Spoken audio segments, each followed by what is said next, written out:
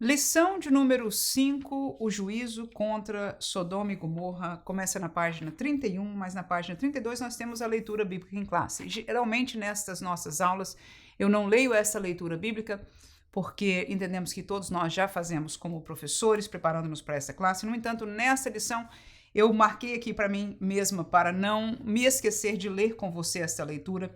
E eu vou começar a aula fazendo isso. Mas antes, com certeza, saúdo você com a paz do Senhor Jesus e dou bem-vindo a você que pela primeira vez está no canal da professora Manuela Barros. Nós temos disponibilizado 2 estilos de classe. Uma é esta aqui que você está, a aula comentada, que eu leio a revista e comento acerca dela.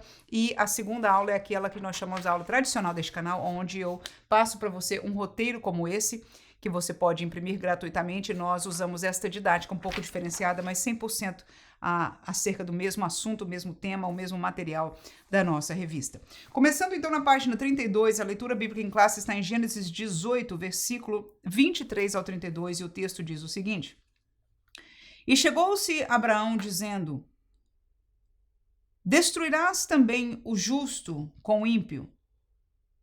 Se porventura houver 50 justos na cidade, destruí-los-ás também, e não pouparás o lugar por causa dos 50 justos que estão dentro dela?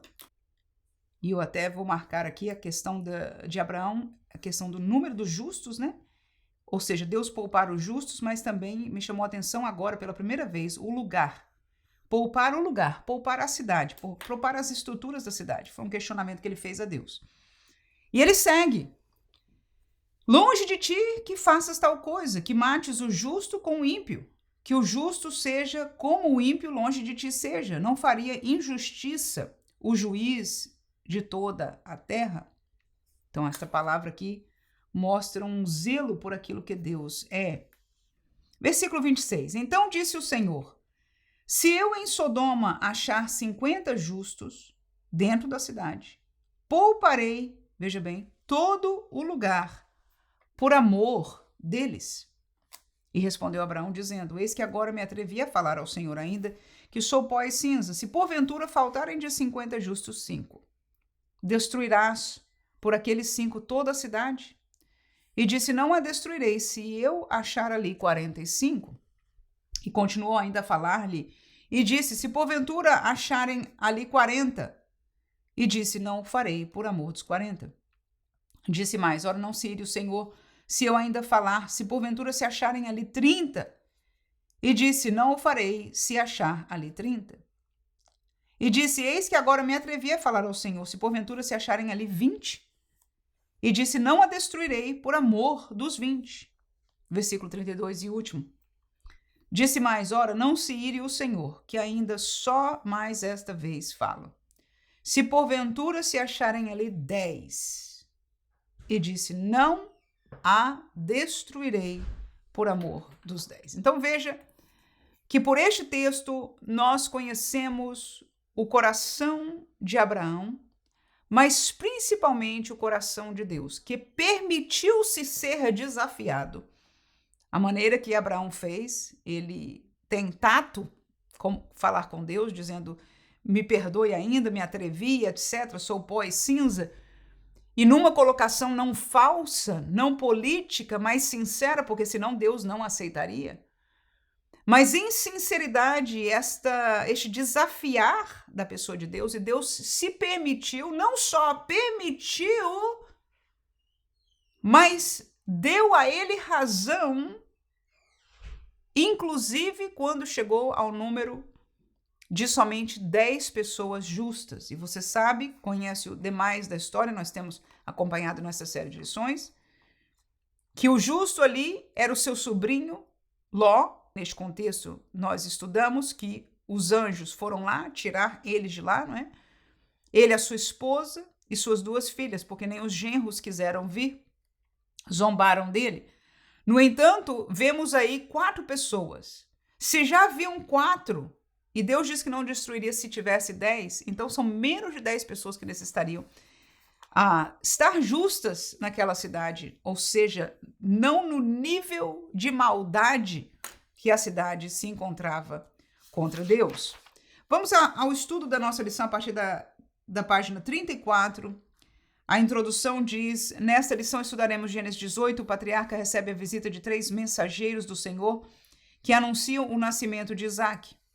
A cena é marcada pela hospitalidade de Abraão, que serve com alegria aqueles visitantes celestiais. Contudo, entre as boas novas surge também uma revelação assustadora: a iminente destruição da cidade de Sodoma e Gomorra. Diante disso, destaca-se o coração intercessor de Abraão, que se coloca na brecha e intercede pelos justos que ali habitavam. E eu chamei a atenção que 2 coisas me marcaram: o coração de Abraão, mas também o coração de Deus.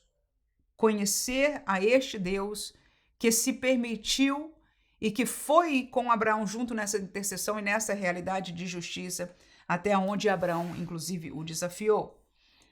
Primeiro tópico: os anjos visitam Abraão. Abraão recebe a visita dos anjos do Senhor. O capítulo 18 de Gênesis tem início, e claro que nós não lemos o princípio do capítulo aqui, não é? Nós lemos a partir do versículo 23, e o pastor agora vai nos caminhar pelo começo deste capítulo aqui. É muito importante, eu sugiro, eu fiz, que você leia este capítulo por completo, né? Principalmente a parte anterior, porque, como ele disse mesmo, a história que ele vai explicar aqui começa no princípio deste capítulo 18, estou revendo aqui agora, e é exatamente no primeiro versículo. Então vale a pena, se você inclusive pausar, não leu ainda, pause o vídeo e você pode ler então do 1 até o 23, que é onde nós começamos a leitura, e acompanhar logo em seguida. Mas se já fez ou se já está voltando, vamos ao nosso comentário. Capítulo 18 de Gênesis tem o início com a visitação do Senhor a Abraão nos carvalhais de Manre, um momento glorioso que antecedeu ao anúncio de algo impactante que Deus iria fazer. E não era na vida de Abraão, mas era a destruição de Sodoma e Gomorra. O texto bíblico diz que quando tinha aquecido o dia, isso é no versículo 1, tal fato indica que a visitação deu-se por volta do meio-dia, quando o calor é mais forte no Antigo Oriente. Era esse um momento em que as pessoas costumavam comer e descansar. Era um horário em que se evitava viajar ou sair de casa devido ao calor e à radiação solar. Mas o Senhor não está sujeito ao nosso tempo. Nesse horário improvável, Abraão avistou 3 homens vindo em sua direção.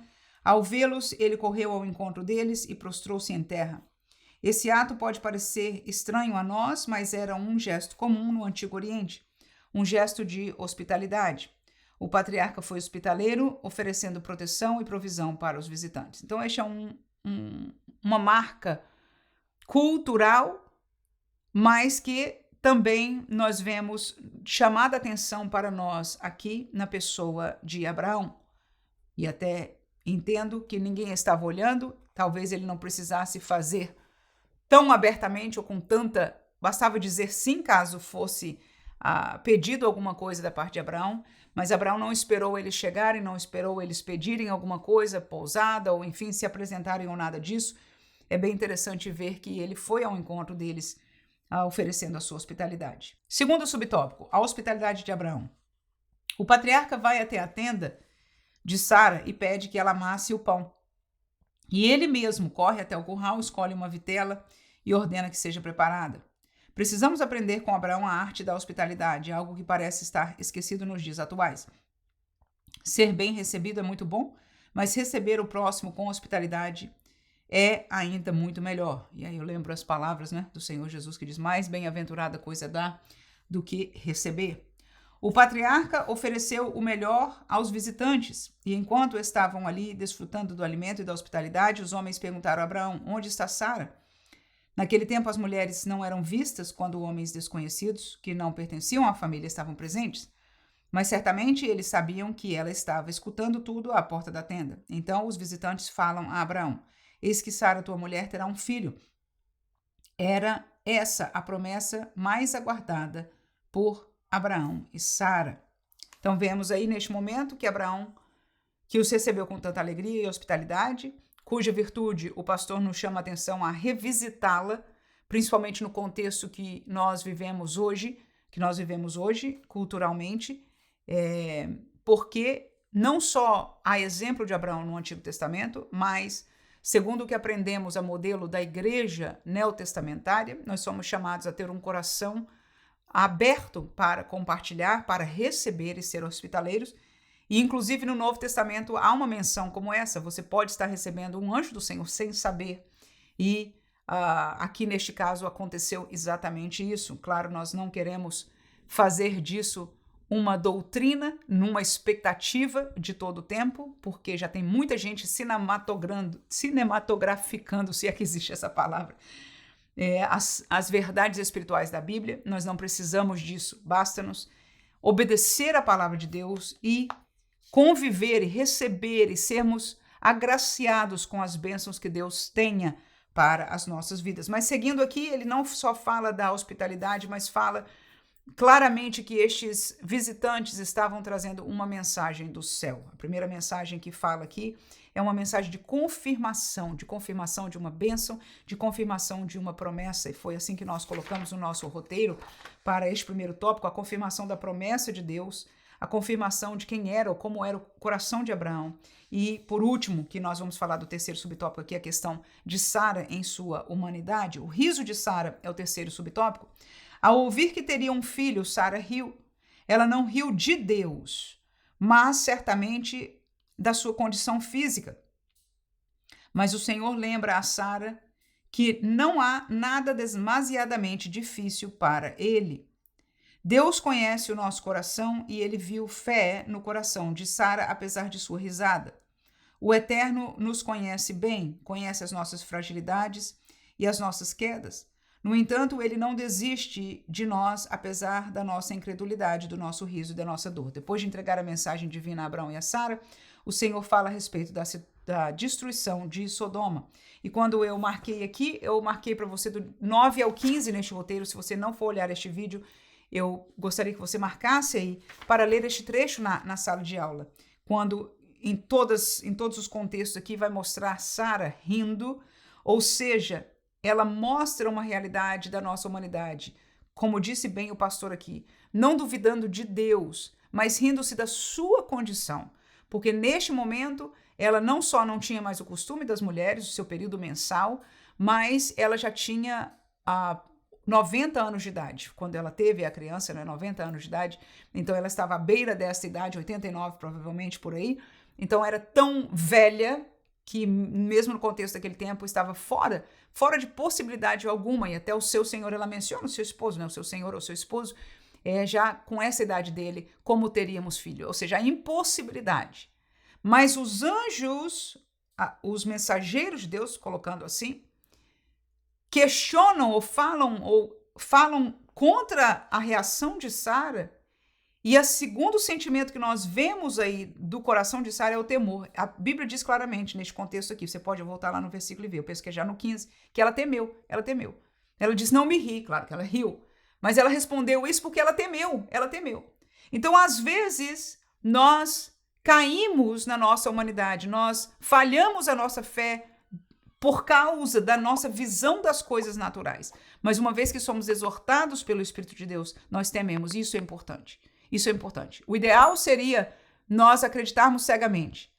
Mas ela talvez acreditou cegamente, no melhor sentido, né, de todo o coração, na primeira vez que a promessa foi feita.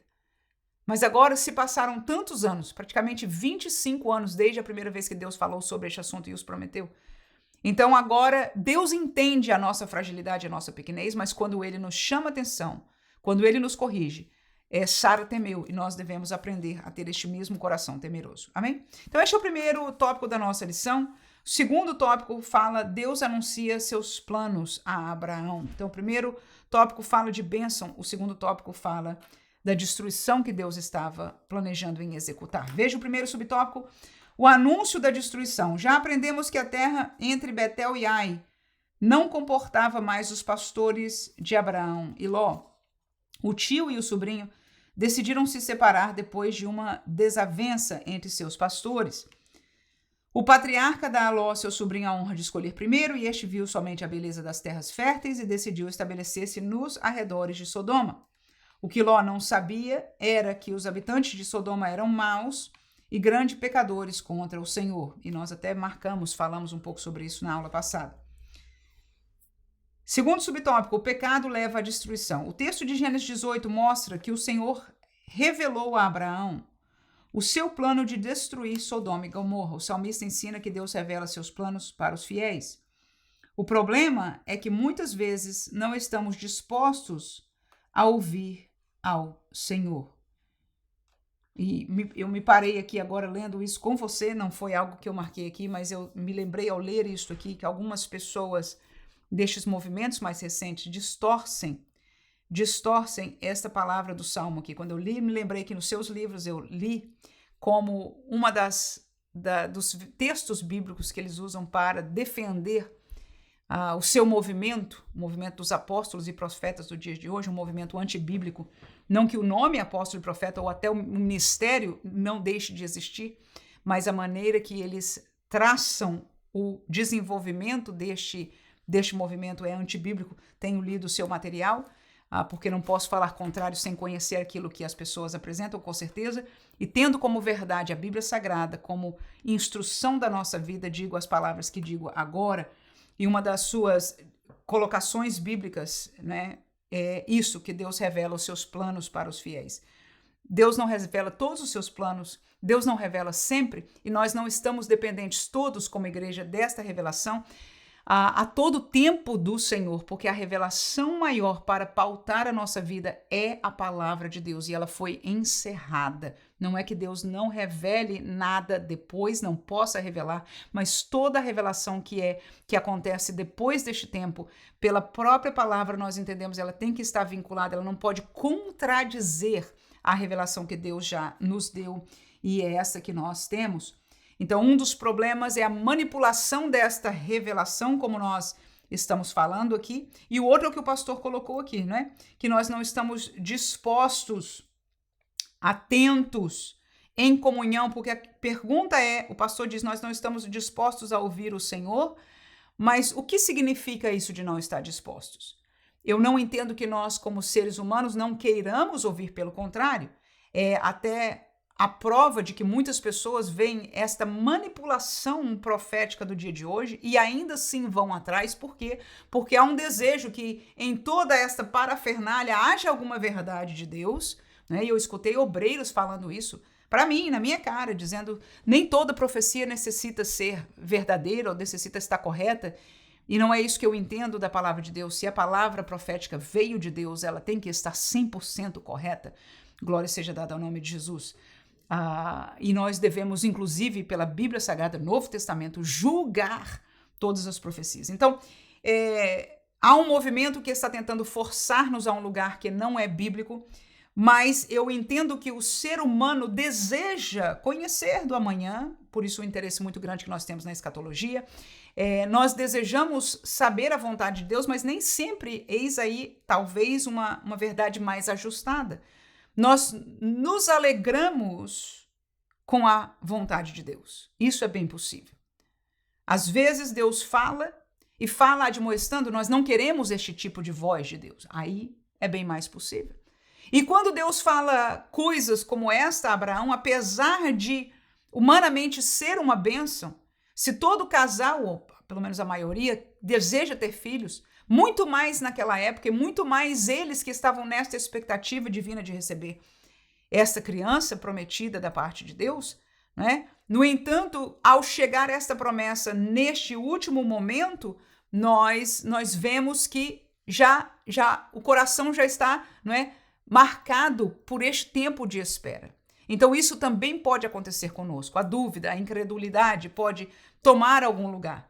E neste caso aqui, quando se fala sobre a destruição de Sodoma e Gomorra, cai naquilo que eu acabei de falar. São coisas que nós não queremos ouvir da parte de Deus.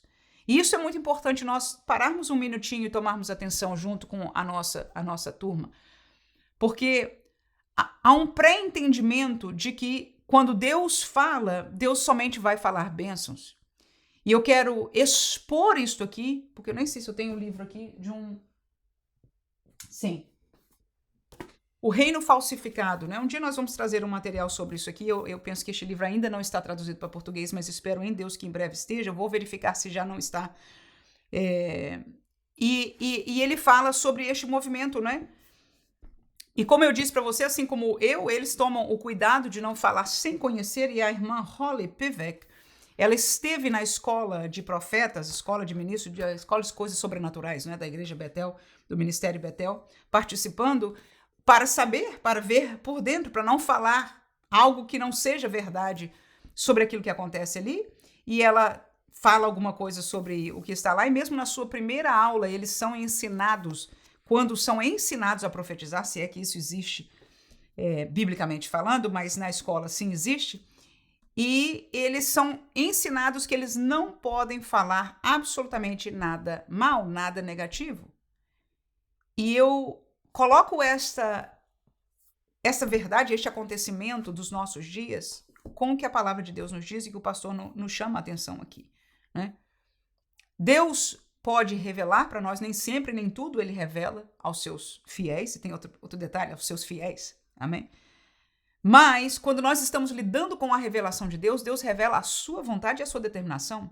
E nesta aparição, nesta visitação a Abraão, houveram duas mensagens, uma de bênção, uma de compromisso, de confirmação com a promessa que Deus tinha dado, e uma determinação de destruição.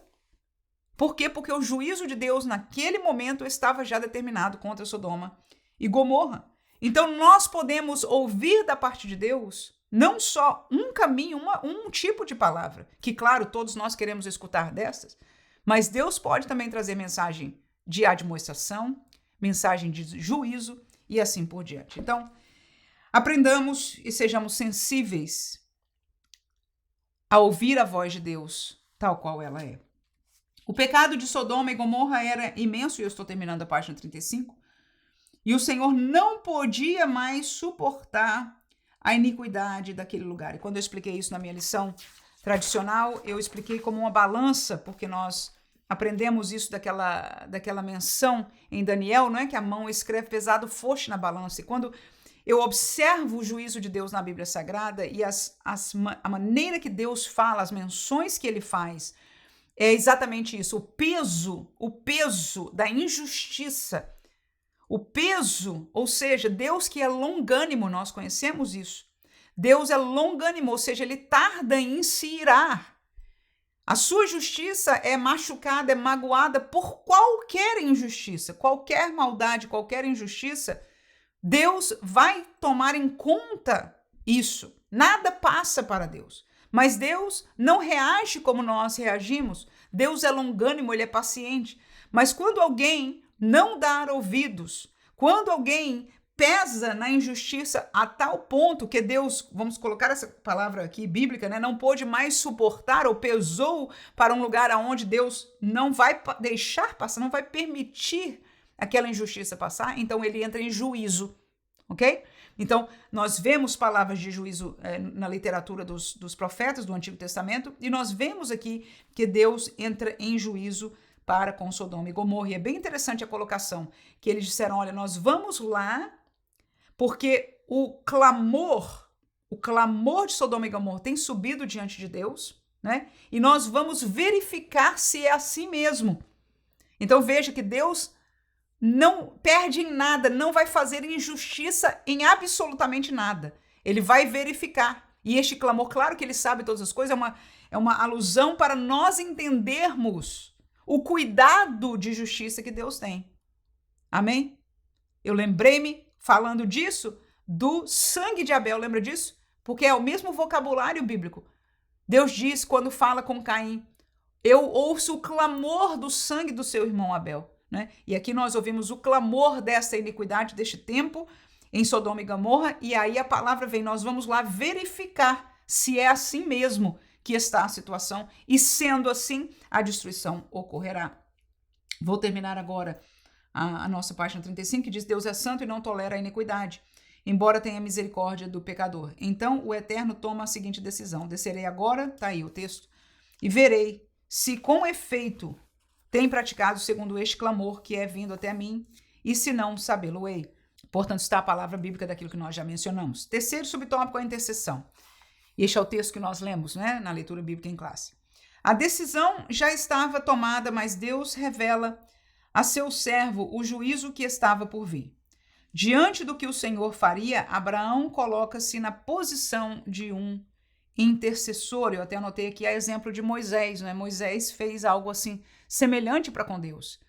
Quando Deus também se irou com a nação de Israel e não quis mais ir com eles, Moisés entra para interceder, e não só uma vez. Moisés sempre foi este homem que intercedeu semelhante a Abraão, porque Moisés intercedia pelo povo, mas ele intercedia também por zelo ao nome do seu Deus, a quem este Deus é. E eu vejo essas duas características na intercessão de Abraão. Nós lemos, e eu falei com você, né? Essas duas coisas, não só em relação aos homens, mas quando ele fala, olha, o Senhor é um Deus justo, e esta ação iria contrária à sua justiça, caso fosse. Claro que Deus sabia, Deus já sabia que ele não estava sendo injusto em nada. Mas ele caminhou com o homem nesse sentido, e eu posso até imaginar que feliz pelo zelo de Abraão em zelar pela justiça de Deus. Claro que é Deus que zela pela sua justiça.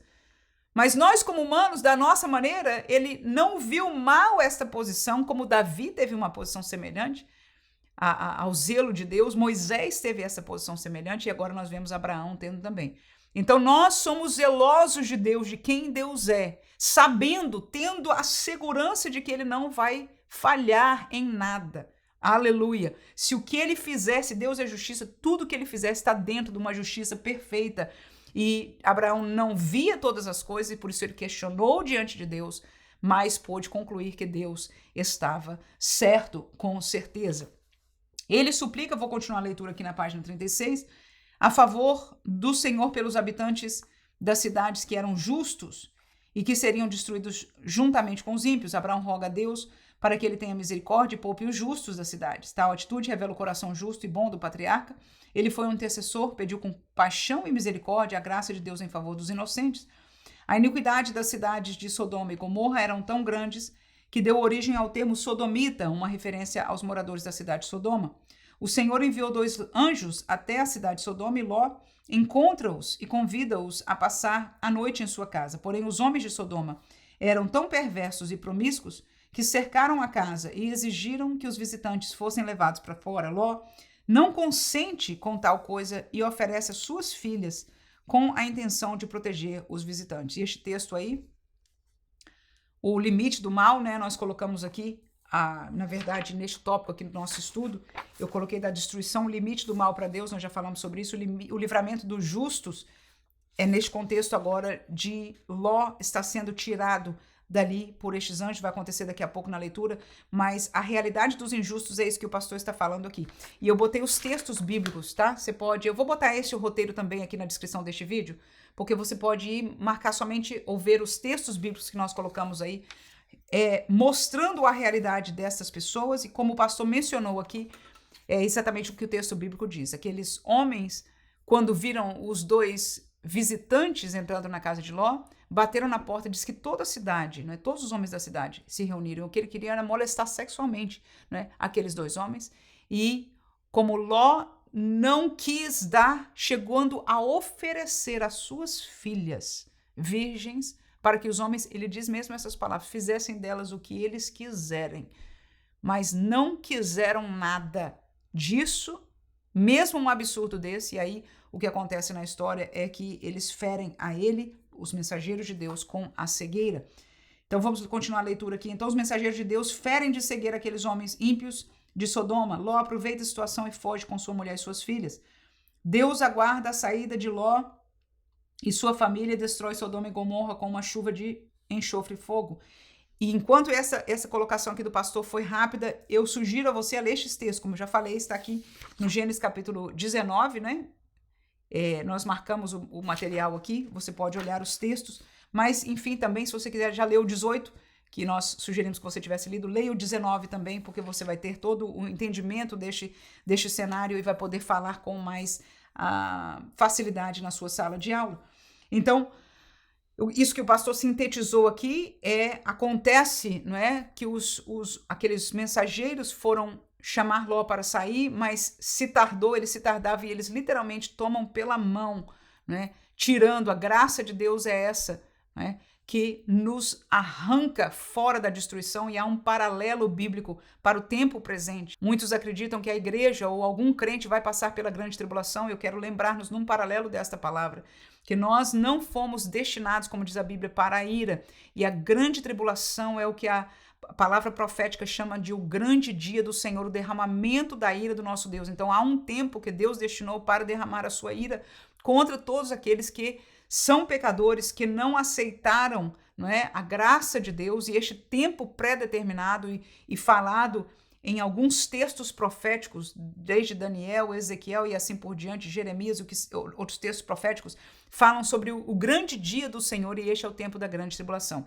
Então, porque o tempo da grande tribulação é o tempo de derramamento da ira, não é, de Deus, então a igreja, ela não passará, ela vai ser tirada antes de chegar a este tempo, num paralelo, não é, tipológico disso que aconteceu. Então, o anjo aqui retira pela mão para fora de casa e dá uma orientação, não é uma palavra de obediência, nós vamos falar daqui a pouco sobre isso, mas manda-os correr até chegar lá e diz, olha, não só corra até chegar ao destino, mas não olhe para trás.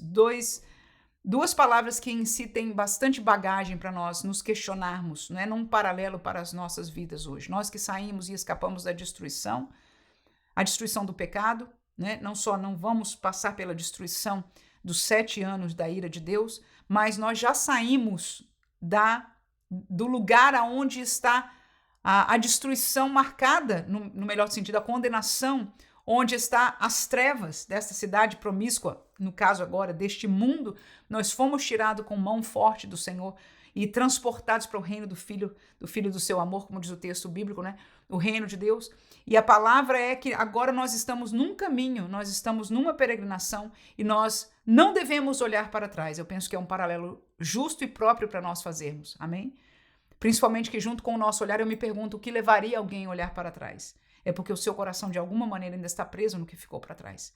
Então neste entendimento é bem aplicável isso para nós, que não só devemos caminhar até chegar, aleluia, ao lugar de segurança, ao lugar de descanso, ao lugar que Deus preparou para nós e nos mandou ir a caminho, não só nós devemos não parar neste caminho, mas também não olhar para trás. Vamos seguir a leitura aqui na página 36. Então os mensageiros de Deus ferem de cegueira aqueles homens ímpios.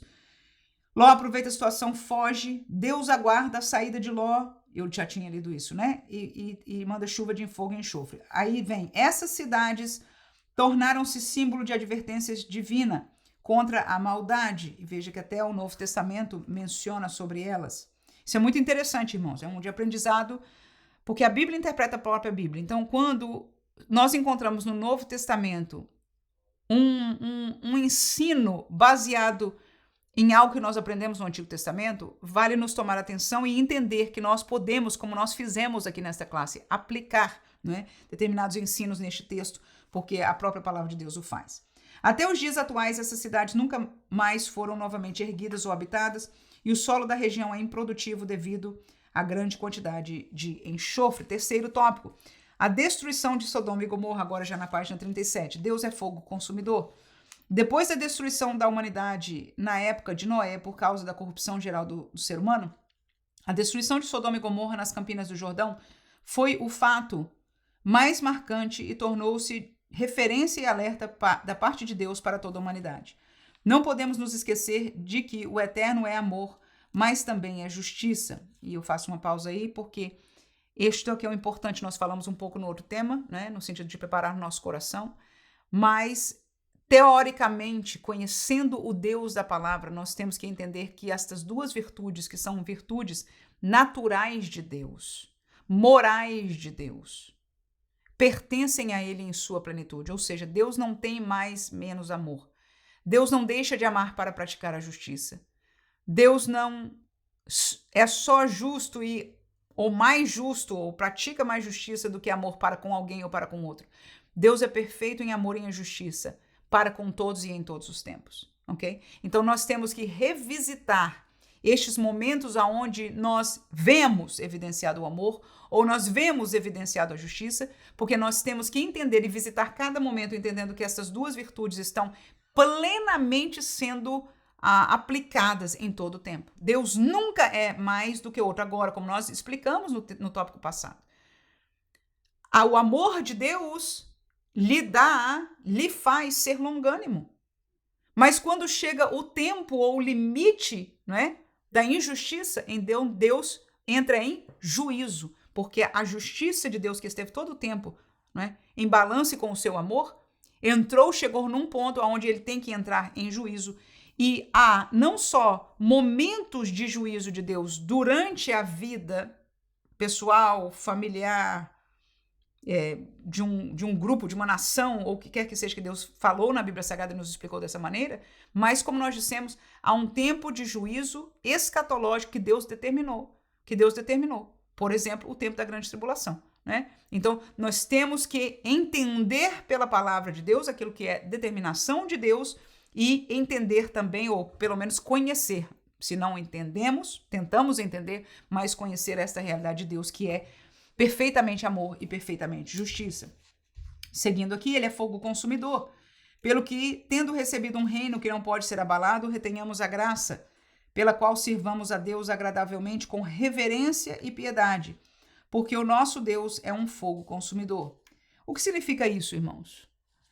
Neste contexto da graça aqui, porque nós já falamos no contexto de um juízo final, e eu digo final representativo, né, dos 7 anos, mas há um juízo final que não será representativo, será para todos aqueles cujo nome não estão no livro da vida e do Cordeiro.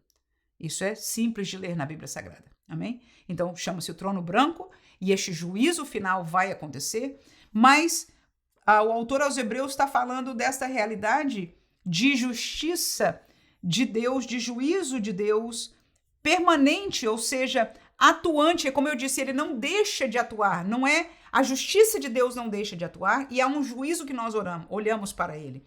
Então, enquanto a justiça de Deus está caminhando junto com a longanimidade, nós devemos manter a nossa vida no caminho estreito, no caminho de justiça. Ló não era perfeito, mas ele era um justo. Amém?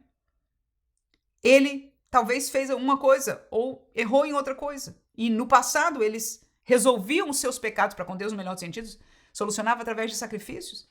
Eles falavam com Deus também e sacrificavam, que era a maneira que, principalmente depois de Moisés, não é, ficou estabelecido para o perdão dos seus pecados.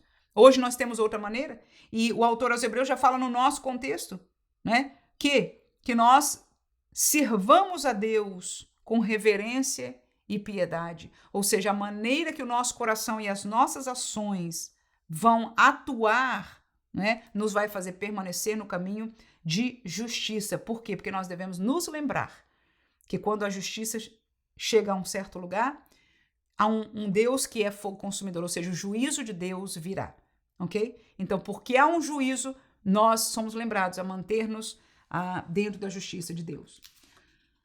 Seguindo aqui agora o segundo subtópico, uma catástrofe sem igual. Não sabemos quantas pessoas habitavam em Sodoma e Gomorra. Provavelmente havia um número elevado de habitantes, mas a exemplo do que ocorreu no dilúvio, quando somente Noé e sua família, 8 pessoas, sobreviveram à destruição, também poucas pessoas foram salvas. E eu coloquei isso aqui no meu roteiro, né? Ló, sua esposa e suas 2 filhas. Tá aí o texto bíblico também, mais uma vez, se você quiser ler. Eu penso que nós já falamos exatamente deste texto que você lesse na sua turma, não é, na sua classe. Os genros de Ló zombaram dele quando os advertiu. Então, uma lembrança mais nesta lição é essa: poucos se salvam. Uma lembrança dura para nós escutarmos. Difícil. Machuca o coração. Mas se nós não tivermos este entendimento bíblico, e tem mais. Aqui o comentarista nos lembra do paralelo deste tempo, dos poucos salvos aqui, com os poucos salvos do dilúvio. Agora, houve um chamado Jesus, Cristo de Nazaré, que fez, num sermão escatológico, esta comparação do tempo de Noé e das poucas almas que entraram com o tempo da vinda de Jesus. Ok? Então não é só um pastor, não é só alguém que está estudando a Bíblia, mas o próprio Jesus Cristo fez esta comparação, o que faz nos entender o peso do que isto aqui significa. Poucas pessoas em comparação ao todo. São muitos, São milhares, centenas de milhares no decorrer da história que foram salvos. Mas em comparação com a população, poucos creram, poucos obedeceram, poucos permaneceram, poucos foram salvos.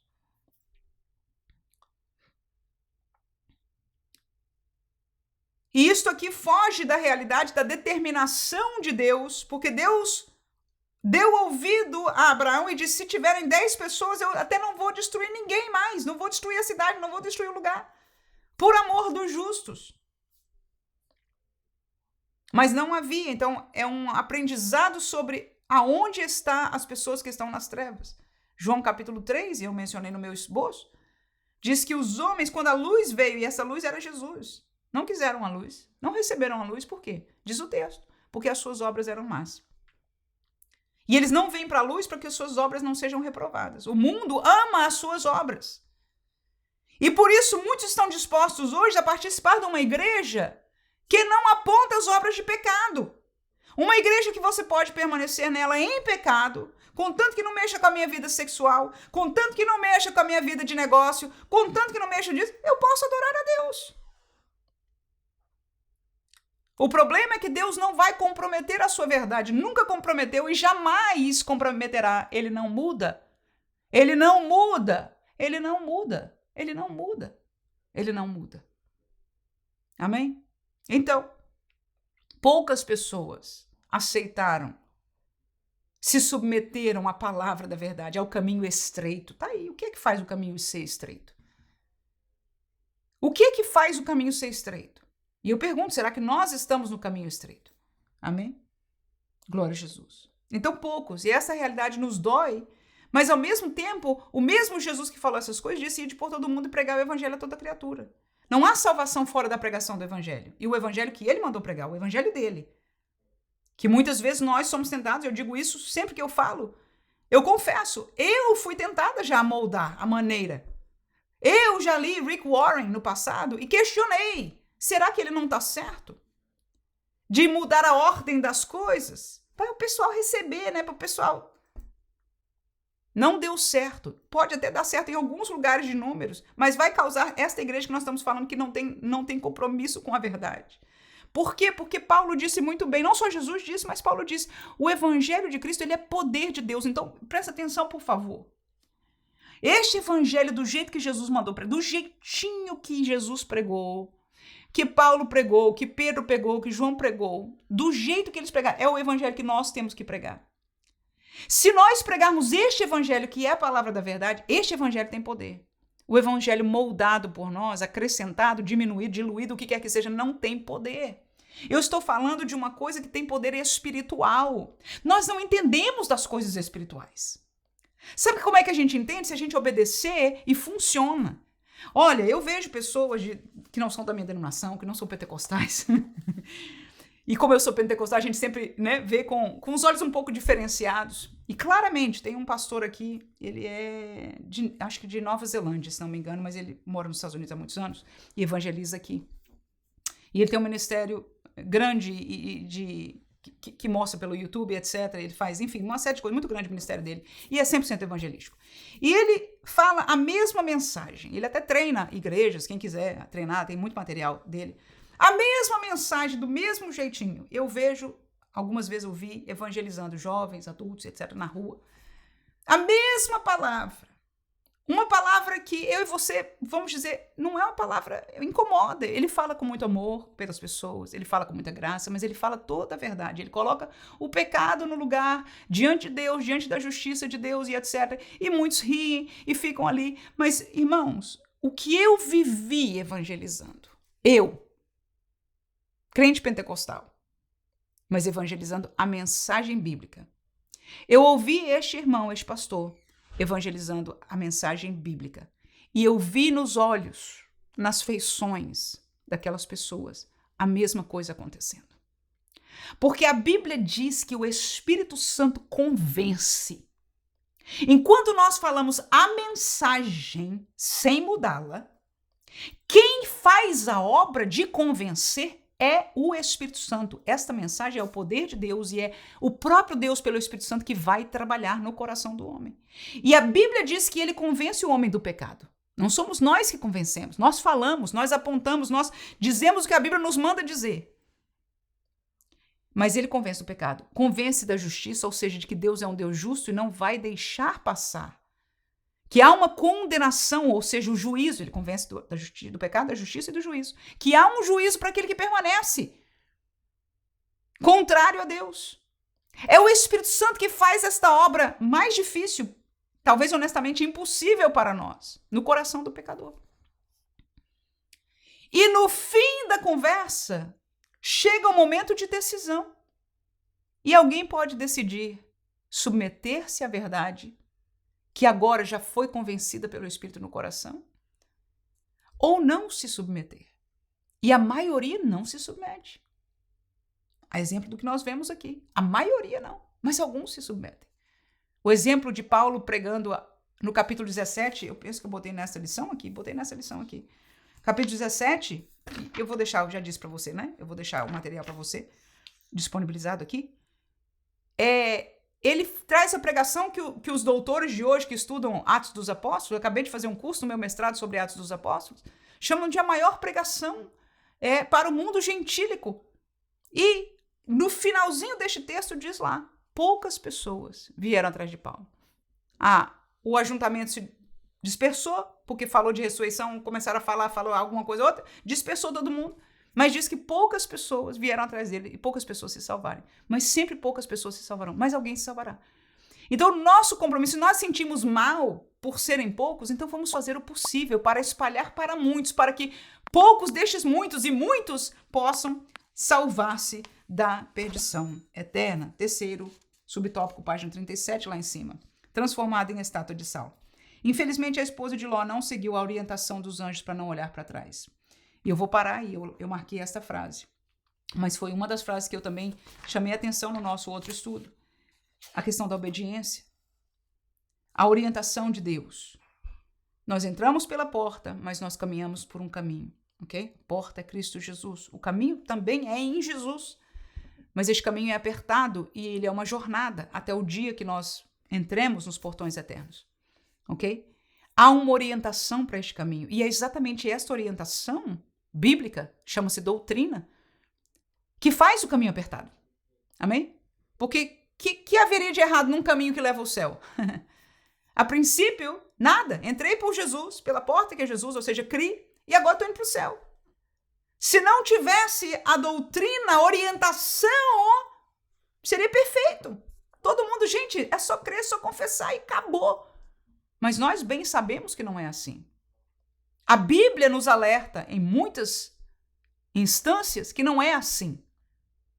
É assim a entrada e é assim o destino daquele que permanecer. Mas o que é que faz o caminho apertado? É a doutrina, é a orientação. Amém? Então, a graça, Tito capítulo 2 diz que a graça que é manifestada, trazendo salvação para todos os homens, ela ensina que, e lá tem a continuação disso, né? Se desfazendo da corrupção deste mundo. Então a graça nos ensina, nos orienta, a mesma graça que nos trouxe a Cristo, que nos ajudou a entrar na igreja, no corpo de Cristo, ela nos orienta para o caminho. Então, do mesmo jeito que aqueles anjos falaram claramente as duas orientações que eles deveriam obedecer para serem salvos, todos obedeceram, menos a mulher de Ló. Ela não seguiu perfeitamente. Não seguiu perfeitamente a orientação. Ela olhou, vou continuando aqui a leitura, talvez para ver as cidades queimando e ficou convertida numa estátua de sal. Então, o talvez é o talvez. O fato é que, como eu já meditei aqui em alguns minutos atrás, o coração de alguma maneira a levou a olhar para trás. O que quer que seja que estava lá, ou seu coração estava preso. Que Deus nos guarde de ter o nosso coração preso no mundo. E para isso vamos deixar de olhar para as coisas do mundo e olhar mais para as coisas de Deus. Amém, irmãos? Há um evangelho que nos está mandando olhar mais para as coisas do mundo e desejar as coisas daqui. Este evangelho não é bíblico. Paulo fala com todas as palavras, são inimigos da cruz de Cristo, porque têm prazer, amam, estão conectados com as coisas deste mundo. É Bíblia, irmão. Ok? Então nós queremos desfazer tudo que você, quanto mais você olha, quanto mais você está perto de uma coisa, mais o seu coração se liga naquilo, irmãos. Então vamos sair, estar mais juntos, né? Ao mundo nós devemos ir. Não só nós convivemos com ele, porque o próprio Jesus diz, não peço que os tire do mundo, mas os livre do mal. Nós estamos no mundo. Nós trabalhamos no mundo, nós estudamos no mundo. Mas para com o mundo, o nosso relacionamento é somente levar a mensagem de salvação. É convidá-los à luz. Nós somos luz no Senhor. Nós somos luz. Como Jesus era luz, nós somos luz. O Espírito Santo habita em nós. Amém? Que Deus nos ajude em nome de Jesus. Lembremos que a esposa de Ló não foi alcançada pelo fogo, mas pereceu pela desobediência ao olhar para trás. Essa é a palavra-chave, desobediência. Nós falamos da orientação e agora falamos de desobediência. Muito importante, muito importante. Muito importante você realçar isso aí, tá? Muito importante. Por quê? Porque é exatamente isso. Então, há uma orientação e nós devemos obedecer à orientação. Então, quando nós não desobedecemos à orientação, quando nós não obedecemos, quando nós desobedecemos, há um preço a ser pago, uma injustiça foi feita. Há um pecado aí. Presta atenção, pecado é isso. É desobediência à orientação de Deus. Isso é pecado. Amém? Então, nossos jovens, nossa vida pessoal deve estar em perfeita obediência à orientação de Deus para este caminho. Então, nós precisamos conhecer a orientação de Deus para este caminho e dar atenção. E é para isso que nós oramos e pedimos e é para isso que o Senhor deu à igreja pastores, para nos orientar. Então, se um pastor é usado para nos admoestar e nos orientar, nós devemos dar graças a Deus. Às vezes dói, às vezes a gente só sente um pouco incomodado, reflete, mas às vezes dói. Mas se isso ainda acontece na tua igreja, dá glória a Deus.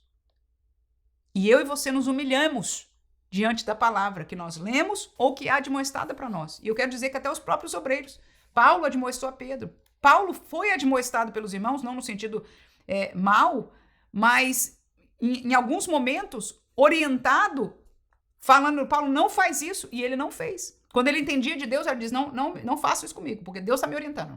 Não mexa nesse assunto, amém? Mas quando não era, ele dava ouvidos. A igreja foi feita assim, para nós andarmos uns com os outros, na admoestação mútua. É Bíblia, irmão. Glória seja dada ao nome de Jesus. Por quê? Porque se nós desobedecemos e ficarmos na desobediência, o que tem acontecido hoje? Porque ninguém mais quer se meter na vida de ninguém, eu sou a primeira. Cada um faz o que quiser. Eu vou prestar conta da minha vida. Essa é a realidade do mundo pós-moderno. Cada um escolhe a sua verdade, o seu caminho, mesmo dentro da igreja. Mas não é o que a Bíblia nos chama a atenção para fazer e nem viver. Por quê? Porque se o meu irmão está em desobediência, ele está em erro. Ele pode cair deste caminho, ele pode ser apartado. Então pode acontecer, inclusive, o que aconteceu com a mulher de Ló. Claro que aqui, fisicamente, tornou-se uma estátua de sal. Espiritualmente hoje, não vai acontecer, não é físico a estátua de sal, mas há muitas estátuas de sal dentro da igreja. Começaram desobedecendo uma orientação e outra, e hoje tornaram-se completamente estátuas de sal. Diz a Bíblia, terminando aqui a leitura, então o Senhor fez chover enxofre e fogo do Senhor desde os céus sobre Sodoma e Gomorra, e derribou aquelas cidades, e toda aquela campina, e todos os moradores daquelas cidades, e o que nascia da terra. Então está aí a questão do juízo de Deus, quando Deus determina, ele faz, e é um juízo vindouro, para o qual nós devemos atentar, e como Noé, chamar a arca, que é um símbolo da igreja, está aberta ainda. A porta que foi fechada pelo próprio Deus, um dia será fechada, a porta da graça será fechada, e esta grande embarcação chamada Igreja do Senhor Jesus Cristo estará com ele, como ele prometeu no capítulo 14 de João, aonde eu estiver, estejais vós também. É lá que nós vamos morar, amém? A teologia aí, falando de uma outra realidade, mentirosos. Jesus disse que nós vamos morar lá onde ele foi nos preparar lugar. Já está preparando, amém? Não somos nós que estamos preparando as mansões. Quem entende, por favor, diga em nome de Jesus, amém. E você pode dizer, irmã, do que você está falando? Você pode talvez não ter ouvido sobre isso. Mas é impressionante, é de chorar, irmãos. É o que eu estou estudando no momento. E orem por mim, por favor, para que Deus nos dê graça de trazer outros vídeos, outras orientações por escrito, e, enfim, de outras formas, para que nós possamos ver antes que isso chegue na sua praia, porque muitos já estão enganados, inclusive dentro do movimento pentecostal, de um reino que nós que construímos aqui nesta terra. de uma terra que vai ser aperfeiçoada, redimida pelo fogo e etc, etc, descontextualizando algumas coisas da Bíblia, mas tirando a firmeza maior da nossa esperança. E eu descobri essa semana, eu disse, por isso que não querem mais os hinos da harpa, gente. Porque até ontem eu falava, é questão de gosto, é porque o estilo é antigo e etc, etc. Não é não. Ai, Senhor Jesus, não é gosto não. Não querem pela doutrina que há lá. Porque quem canta hino da harpa ainda diz, a nossa esperança é sua vinda, o Rei dos Reis vem nos buscar. Então, a esperança do céu, a esperança na vinda de Jesus, a realidade doutrinária que nós temos vivido, ela é memorizada através desses hinos. Ela é cantada, ela é falada, os nossos filhos vão escutar. E eles estão trocando pelo quê? Eu pergunto. E alguns de nós não percebem. Diz, não, mas é boa a letra. Nós não vamos falar também neste vídeo, com certeza, sobre estes detalhes de música, mas há muito o que falar sobre isso. Mas termino com isso, que nestes velhos hinos, a doutrina é segura e a fé está posta, por causa da doutrina segura, que é bíblica, no lugar certo. Que Deus nos guarde em nome de Jesus. Fiéis a esta palavra, porque falta pouco tempo. E o que há de vir, virá e não tardará. Que Deus abençoe você na sua sala de aula. Em nome de Jesus. Amém.